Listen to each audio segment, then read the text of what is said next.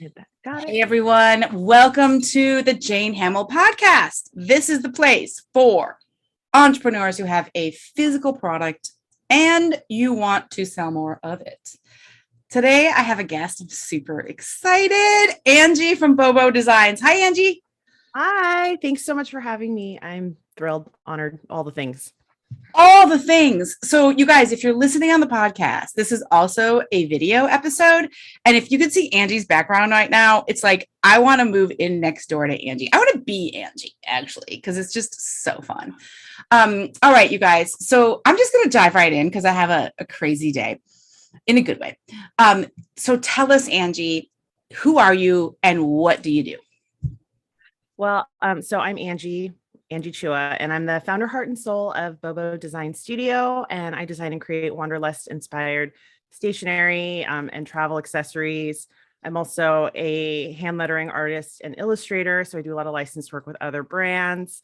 And I'm a muralist. And then most recently, as of about 2.5 months ago, I decided to open a brick and mortar store in the middle of a pandemic in a vacation town here in Palm Springs, California. So doing all the things. Never a dull moment. So tell you guys, when Angie says it's a wanderlust inspired, tell me, so stationery, murals, what else did you say something about private label or? I'm a licensed artist. So I do design and illustration for other brands, small independent businesses to Fortune 500 companies, anything to pay the bills and and the store. Oh my God. Okay. So many questions about how you do all this. And your talent is so evident and so beautiful. If they want to check you out, tell us your is it bobodesigns.com? It's bobodesignstudio.com. Okay. Is my website. I got 2 Instagram handles, one for the shop, which is Bobo Palm Springs, all one word, and Bobo Design Studio, all one word. And you can find me on the gram, everywhere that social media exists. I love following you and watching you and seeing when you do lives, like all the things. It's great. Okay. I'm going to say all the things like 50 times in this podcast. All right. So talk to me about the wanderlust thing, because when I first started following you, you were a traveling show, correct? Okay. Tell me about that. Yes. So travel was a huge part of my life. At some point in my early 30s, my husband and I made a conscious decision to spend less money on stuff and more money on experiences because, when you die, you can't take your 10 different couches you've used to furnish your space with you. So we've decided that let's just stop spending money on stuff. Let's really kind of invest in ourselves, and experiences and travel became a huge part of a way that we chose to enrich our life. But on the flip side, I also have ADHD, which made remembering all the cool things that I did next to impossible. And so there was this huge kind of void of like, we're spending all this money on travel and experiences. Oh, and I can't remember any of the experiences that I did. So I really started creating stationery to kind of help people document those experiences and find ways to connect with those experiences better and away from social media. And that's kind of really what spiraled. It was this idea of, what are the problems that I'm suffering from? Turns out I'm not alone, and kind of evolved from there. So when did you start that first business, the stationery part? Probably around 2017. I've had Bobo though since 2008. I started out making handcrafted bags, and I'm not a classically trained, academic seamstress. I knew how to make one thing really good, and I did that 1,000 times over. But I used to have a brick and mortar store in San Jose, and I was selling my handcrafted bags, and I was so excited. I would stay up all night. I'd make a bag, sell it the next day, and think, crap, I have to make that again before I open tomorrow. And I just very quickly learned not a scalable business for me. I was also an artist and an illustrator, and I couldn't find a way to bridge the two together outside of making my own textiles, which I didn't really want to do. And so stationery just kind of naturally fell into place with kind of matching the lifestyle that my husband and I were leading at the time. You're like, guess what? I can't actually make stationery. I can design it, but like, I just did an episode that I don't know why I didn't do this 10 years ago, but it's called If You're Sewing, You're Not Selling. Hello. Seems obvious once you get it, but let me tell you, there's a lot. Yeah. I don't need to tell you. Okay. okay, so you've had a store before, so you kind of knew what you were getting into. Yeah. Okay. Yeah, So and wait. I hated the experience. So I'm surprised I'm here right now. Tell me about it, because I've had a retail store too. Your first store, what did you hate about it?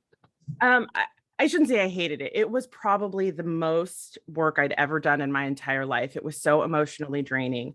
I was really fortunate to be selected by my city to be part of this incubator program to help bring retail into the downtown area, which was struggling with things like homelessness and activation. And they wanted to really highlight some of the kind of up and coming emerging artists and give them an opportunity to have a foot in the door when it comes to opening a store, because in the Bay Area, it's so expensive. The barrier to entry is pretty much, impossible. And so when I opened, is San Jose Silicon Valley, basically? Yeah.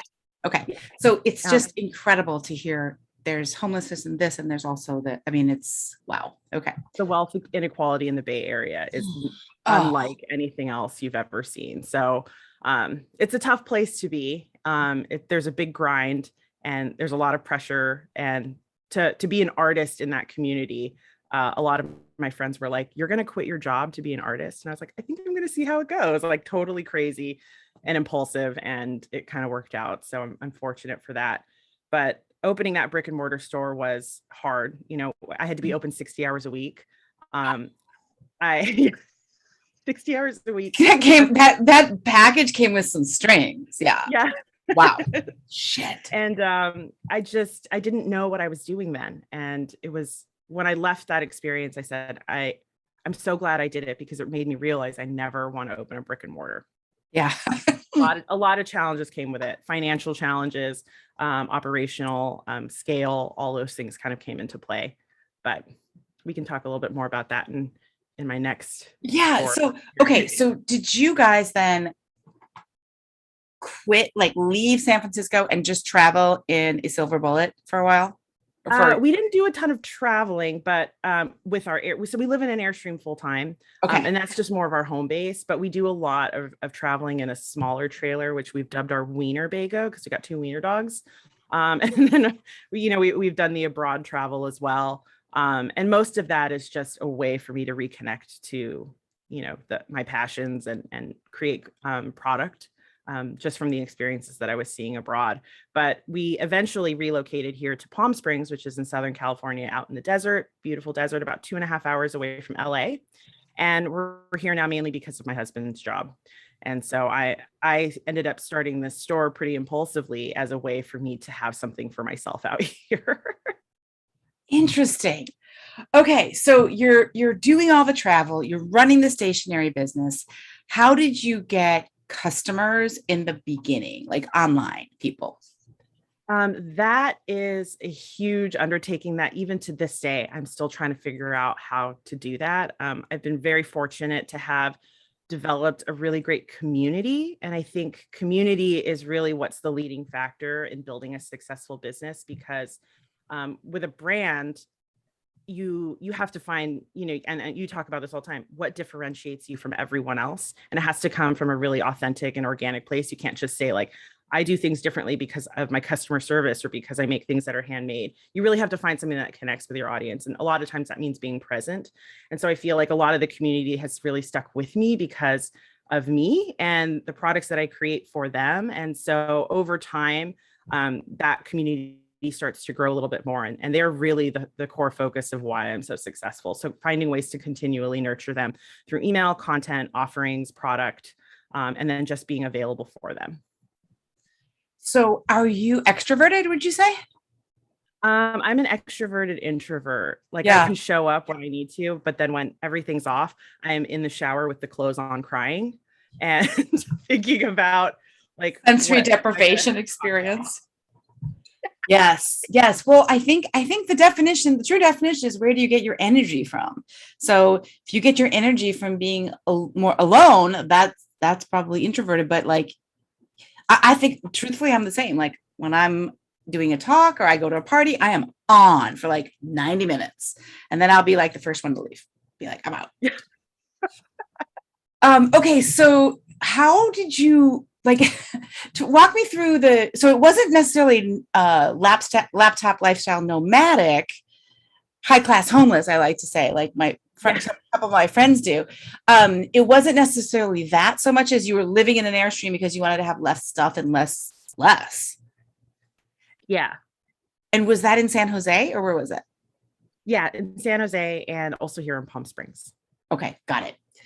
Got it. Okay. So with all the travel, like you're working, do you work when you're traveling? That's a dumb question, but like, how do you, I kind of like to be like, I'm traveling now, everybody F off, or I'm working now. Like I have two speeds and kind of, I have a hard time putting those two together.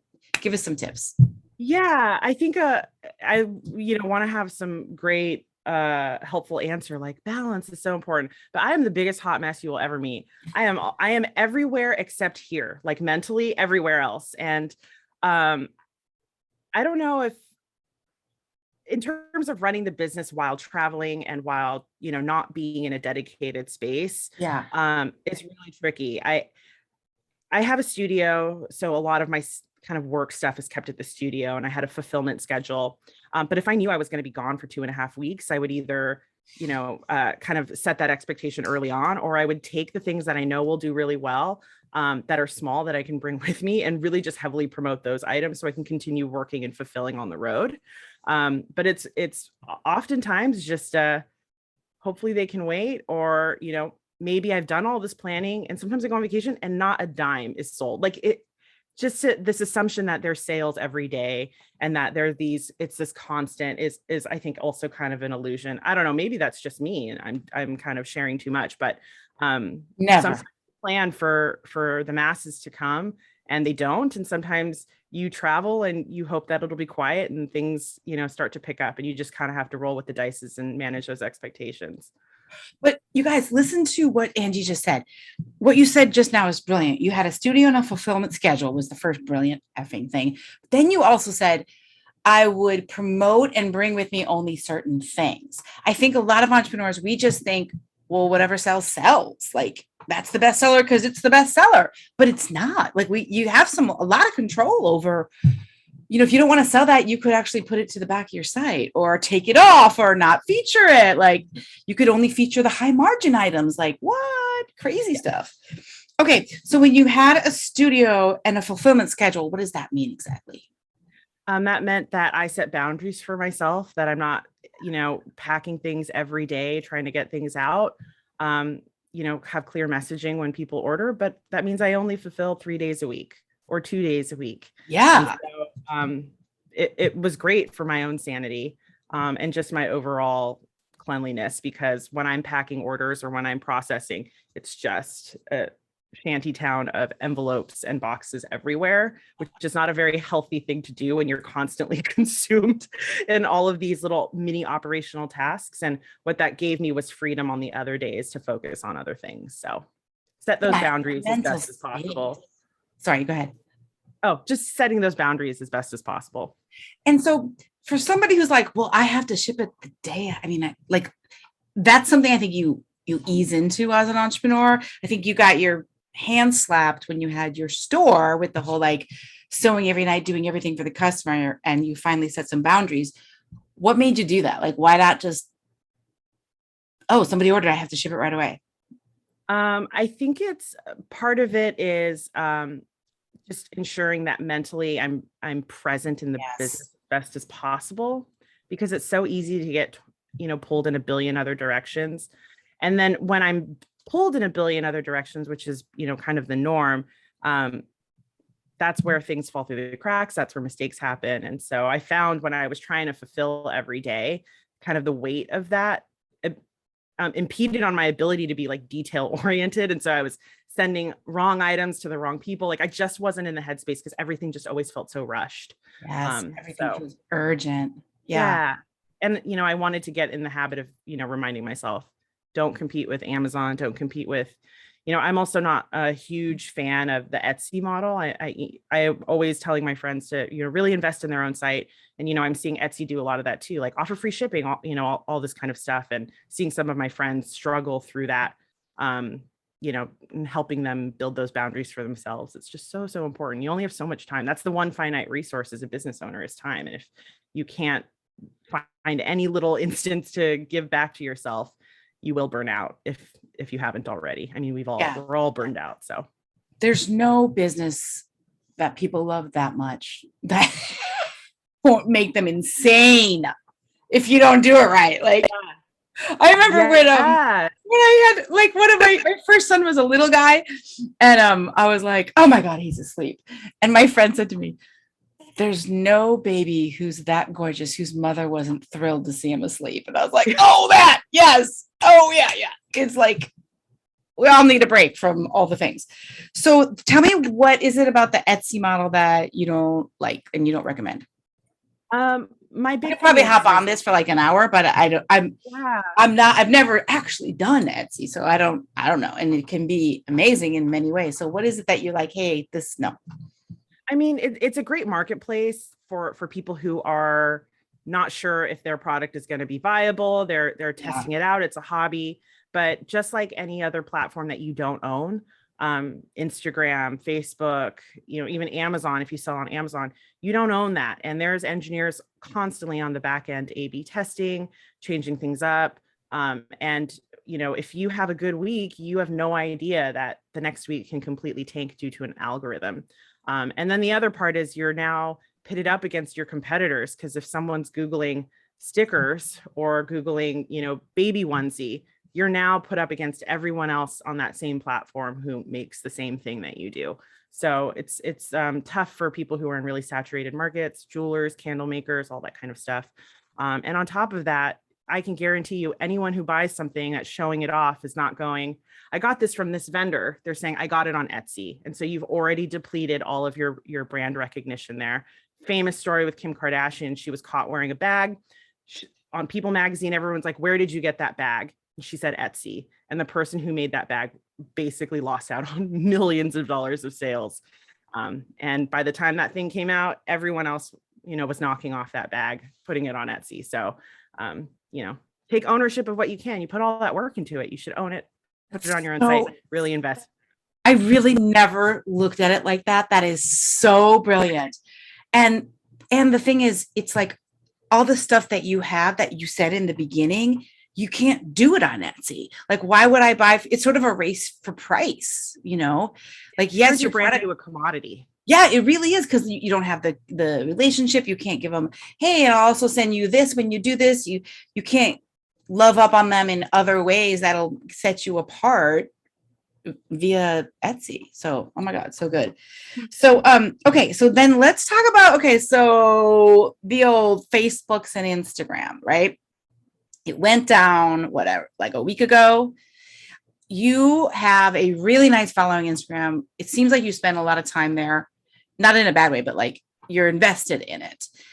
You also mentioned email marketing. Like, what is the marketing channel that you think brings you the most ROI?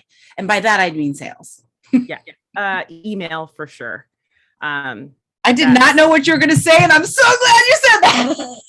Yeah. Oh my God. Well, I also listened to you. I'm not in the fashion world per se, but you are, you work with Claire, who is one of my biz besties. And I know she's a big client of yours. And I've listened to your stuff, and I also know email is where it is at. I think almost 50% of my revenue comes from email. It's a channel that I invested pretty heavily in early on and then did nothing with. And I'm glad I actually had a pretty good list to start. So now that's my primary group. Those are people who took the time to want to hear from me. So of course I'm going to chat with them. Instagram is great for driving traffic and building that brand connection and that brand awareness and that kind of resonance with my community. But email, man, that's where it's at. And it takes like almost, just a couple lines and an animated GIF and a button. That's really all that it takes. Come on. That is so true. And it gives you money. And yet all I get is, what should I post? I'm like, I don't give two shits what you post. Post something that says, hey, you should go to my site and download this cheat sheet. And then you'll be on your list and then we can talk. Like, my best performing email had the worst typo in it, and it had a line break. It was talking about, I spent all this time promoting my wanderlust passport kit. and I did this newsletter. I had spelled wanderlust wrong, wander slut. And then that is funny. And the line break said wander slut P assport. And that was my best selling newsletter. People don't care. Just send the newsletter out, guys. Like everyone, I don't know what to write about. Just send something with a button. Oh my God. That is so fucking funny because I'm working with this super fancy internet marketer and his team. And the guy said to me, I was like, I can't send that many emails. He goes, you think people are really reading them? He goes, he said basically a version of what you just said. He's like, write anything you want and a button that says do this now. And then just, that's all you got to do. It doesn't have to be related to your product. I had a subject line that just said, this email's better than this email. People opened it like crazy. They didn't even know what it was. I encourage you, don't get caught up on the what to say, who to say it to. Just write. Oh my God. Angie, that is so funny. I've seen your emails. They are really good. And I think wander sledding around is a great idea. Like it's so good. Try to empower women to like take back their ownership of their bodies through travel and wander sledding. You have wanderlust for wander sled evenings. I mean, that's just, this happens, right? I've seen it in movies. And if you just send emails about it with a button, you'll make money with it too. So it's just, it's a perfect trifecta of love. Okay. When you say, I'm sorry, I'm dying. When you say you invested heavily in the beginning in email, what does that mean exactly? What'd you do? Trying to, run ads. I was putting pop-ups on pages, like investing heavily, like emotionally, like and time-wise, as well as money, but really doing everything that I could because I just knew like you're supposed to grow this list, but I didn't really know what to do with it when I had it. Mm-hmm. And then once I kind of educated myself a little bit more, I had a coach and, was part of small business groups, did, everything that I could to not try and reinvent the wheel myself.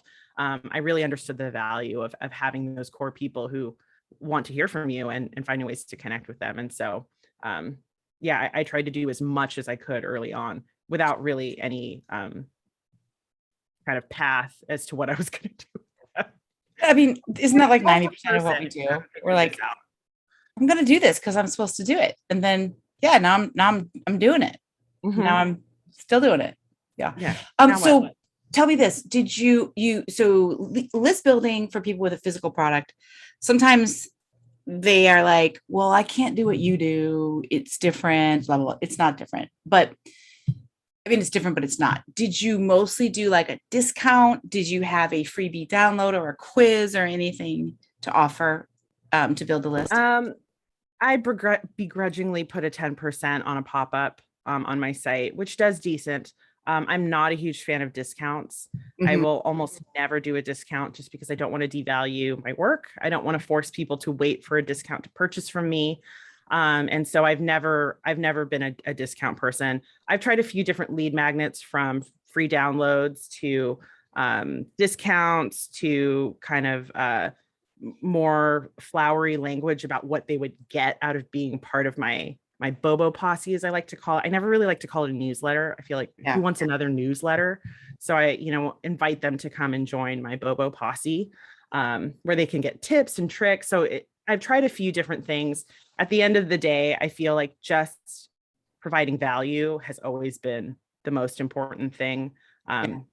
Most people that sign up as a result of the 10% never use the 10%. I very rarely see that discount come through. So I think it's just a matter of like finding the right people, attracting them, and they don't really care. They just want to be part of it, part of something. So, I mean, nobody wakes up in the morning and says, I can't wait to be on someone's newsletter today. I can't wait to get more email. Like, whoa, it's going to be a great day. But join a Bobo posse? I mean, like, count me in for wander sledding. It's great. I mean, that's like, you're so fun. What would you say? No, legit. I know you can't even think this way because you are you, and you are just smart and fun and beautiful and so smart. By the way, I have a story about how smart you are that you don't even know. This is the first day we've met, you guys. We've seen and chatted and whatever on the Instagram, on the gram, and but we've never actually talked. So I want to tell you a funny story about you. Okay. That's shown me how brilliant you were. But for people who are like, okay, well, Jane, you have a lot of personality. Angie has a lot of personality. I'm a boring Karen or whatever. Right? I'm not a person who has a lot of presence. I'm not interesting like you. What would you say to those people? Because part of the reason they love you is your products, and part of the reason they love you is your community and you. What about if someone doesn't have that much game? What would you suggest for them? That it's not about you. It's about your customer. If you know who your customer is, to a T, like my ideal customer, she has a name. I know where she went to school. I know what she does with her free time. I know what she likes to drink. I know what shows she's been watching. I've built this entire persona. So when I'm creating content and I'm going on Instagram and I'm making, product, I'm not thinking about me. I'm thinking about her. And I'm having a conversation with her, and she gets my weird jokes, and she gets that Yes. I spell your wrong 94% of the time, because she's my hardcore OG customer, my dream client. And so if you feel like I don't really want to show myself, like, it doesn't have to be about you. You have so much information to share and teach and coach and do tutorials and talk about industry, whatever it is that you're into. And that person wants to hear from you. So remove yourself. If that means, making videos that just have your hands in it, or that just kind of have your voice and you don't have to show your face. Those are definitely ways to show up for your customer and be present without actually having to be the forefront of your company. So good. So true too, really.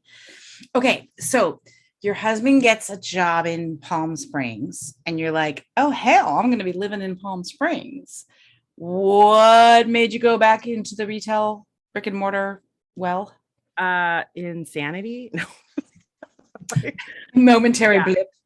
I actually kind of secretly had moved to the area in February. I have not been here very long. So the idea of opening a brick and mortar in a completely new town that I haven't even been here for a few months is pretty bonkers. But a girlfriend of mine who is also from the San Francisco Bay Area, she owns a store up there called Covet. She saw that I was in town and we just connected and had coffee. And she was like, hey, are you thinking about opening a store down here? Because I am. And I was like, hell no. I was miserable. I was to be around. No, like, my hands are still messed up from that. Like, I ain't doing that again. And she was like, oh, okay. She's like, I think your store would be great here. I was like, no. Not even a week later, we go and have coffee again. And she's taking me to the space that she ended up getting. And I walked into this building, which is where my store is at now. And I fell in love. And I was like, pack it up, wrap it up. Where do I sign? Let's do this. Like, that's how impulsive I am. A week ago, I was like, you're crazy. I am never touching a store. And then I literally came home from coffee and I was like, guess what, Craig, my husband? So I think I'm going to open a store. And he was like, come again. So it was all very impulsive. And I was like, don't you remember the hands? Yeah, I was like, do you remember how messed up my hands were from sewing and cutting? But at the end of the day, I think what drives a lot of creatives, a lot of us have either an undiagnosed ADHD, we're so used to being pulled in a billion different directions that we're just looking for the thing that can make us happy in that moment. And I think kind of following your intuition, feeling out a vibe is so important, like listening to your gut. Sometimes you got to just take the risk, ask questions later. And this was definitely one of those things. So. And it's really different. I mean, you're in a town that doesn't cost $1 gazillion. I'm guessing the rent is not the same as it would be like in another town. And then you can use it for your studio and your fulfillment as well, or no? No, I have a separate studio that is away from the shop. The shop's pretty small. But I think like what really drove me to this idea of like, maybe I can do this here is, again, kind of going back to following your gut and your vibe. I haven't been here very long. But one of the things that I discovered being out of this like aggressive, big urban city grind is that people are friendly and people come here on vacation and have a good time. And bachelorette parties come and they enable each other to spend. And you just got to find like these right pockets of people that appreciate what you create. Not that my hometown didn't. It was just harder there. Everyone is so distracted with so many things that are so important and so heavy. And then you come to a place where it's sunshine and rainbows and happiness and vacationers. And it's just a completely different vibe. And I wanted to capitalize on that. So being as much as you get sucked into the day-to-day of the business, opportunities constantly present themselves in ways that you could have never even imagined. Wow. Opening a store was not on my radar, but that opportunity presented itself to me, and I wasn't going to say no to it. Oh, so good. I'm so excited for you. Okay, I have like 50 more questions, but let me do 2 more. So one question is, if you had an extra $5K to spend on your business right now on marketing, what would you do with it? I actually just spent $5K on something, so I'll talk about that. Yeah. Nice. I hired Lydia, which is an incredible web development company based out of Seattle, and they've done websites for folks like Lisa Congdon. Just a huge array of artists and brands. But they are also Klaviyo experts, and what I really wanted to do was not get stuck in this kind of creating campaigns all the time, because even though I don't spend a lot of time doing it, it can just be emotionally a little bit draining trying to pick a schedule and find things to write about every month and taking the photos. So I hired Lydia to basically create all of my automation flows for me.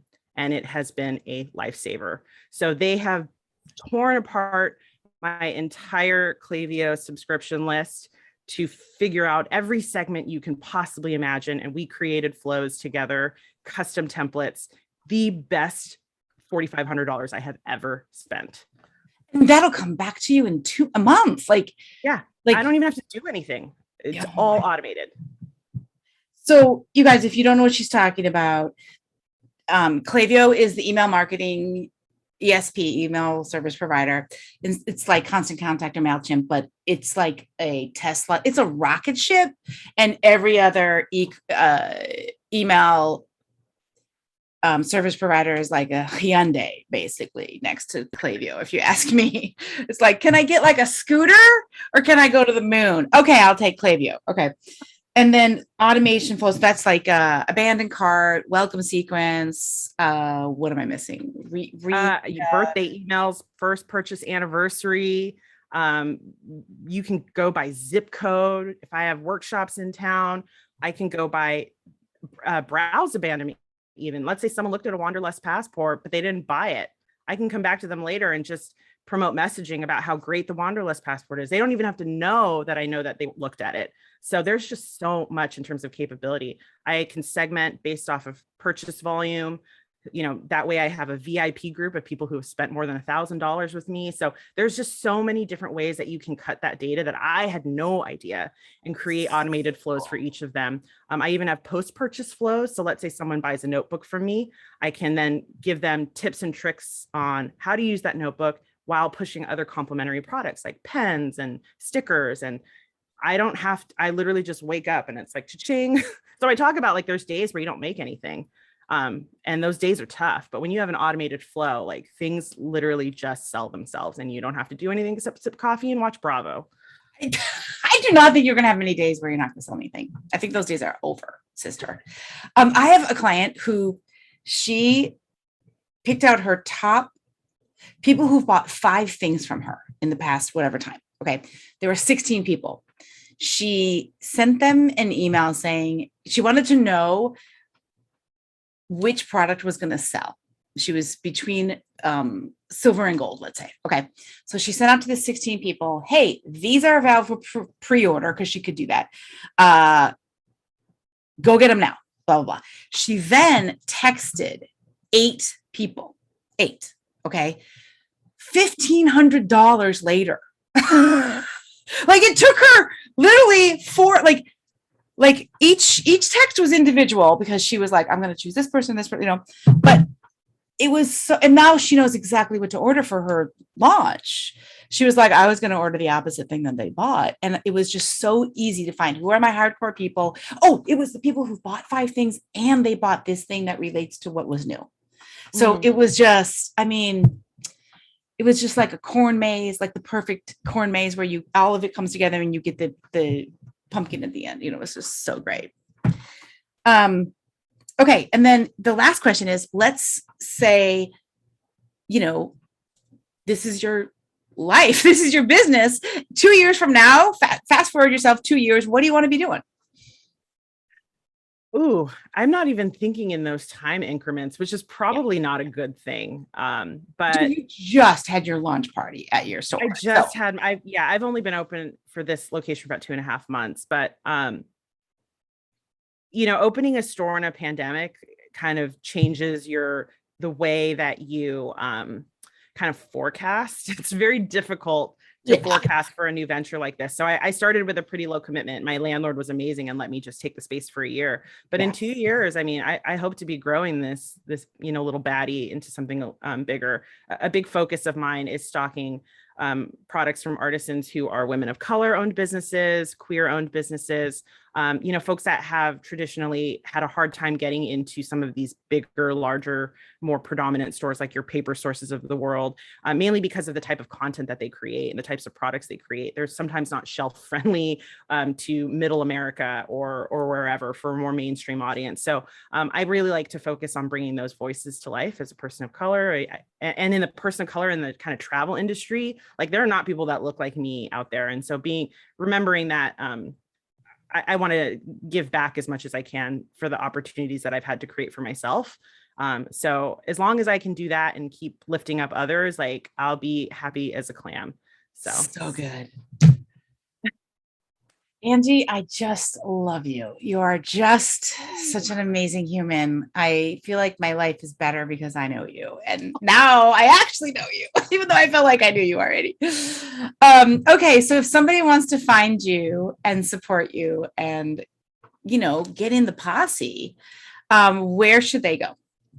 Obviously, my website is the best place to go, bobodesignstudio.com. I have a little contact us with a button that says join the Bobo Posse. Always find me on the gram. If you're one of those diehard people that wants to get out of the noise and find ways to support artists, I'm also on Patreon. You can come visit me in my store in Palm Springs. I would love to have you. I'm so there, baby. So there. It's been so many years. I've been there. I think it's been like 20 years since I've been there. I'm ready. All right. Thank you so much, everybody. Thank you so much, Angie. You are a force of nature. You are really, truly my hero. Thanks for being here. Thank you so much for having me. Guys, if you want to work together closer and you want to get in on some of this stuff we talk about up in here, then I suggest you join the club. The club is a monthly membership where we dive into email. I forced you to do your emails. Basically, we do email audits and content audits. And basically, if you have a physical product you're selling online and you want to sell more of it, that's what the club's all about. So check it out, fashionbrainacademy.com/the club. Have a great day. Thanks again, Angie. I'll talk to you soon. Thank you.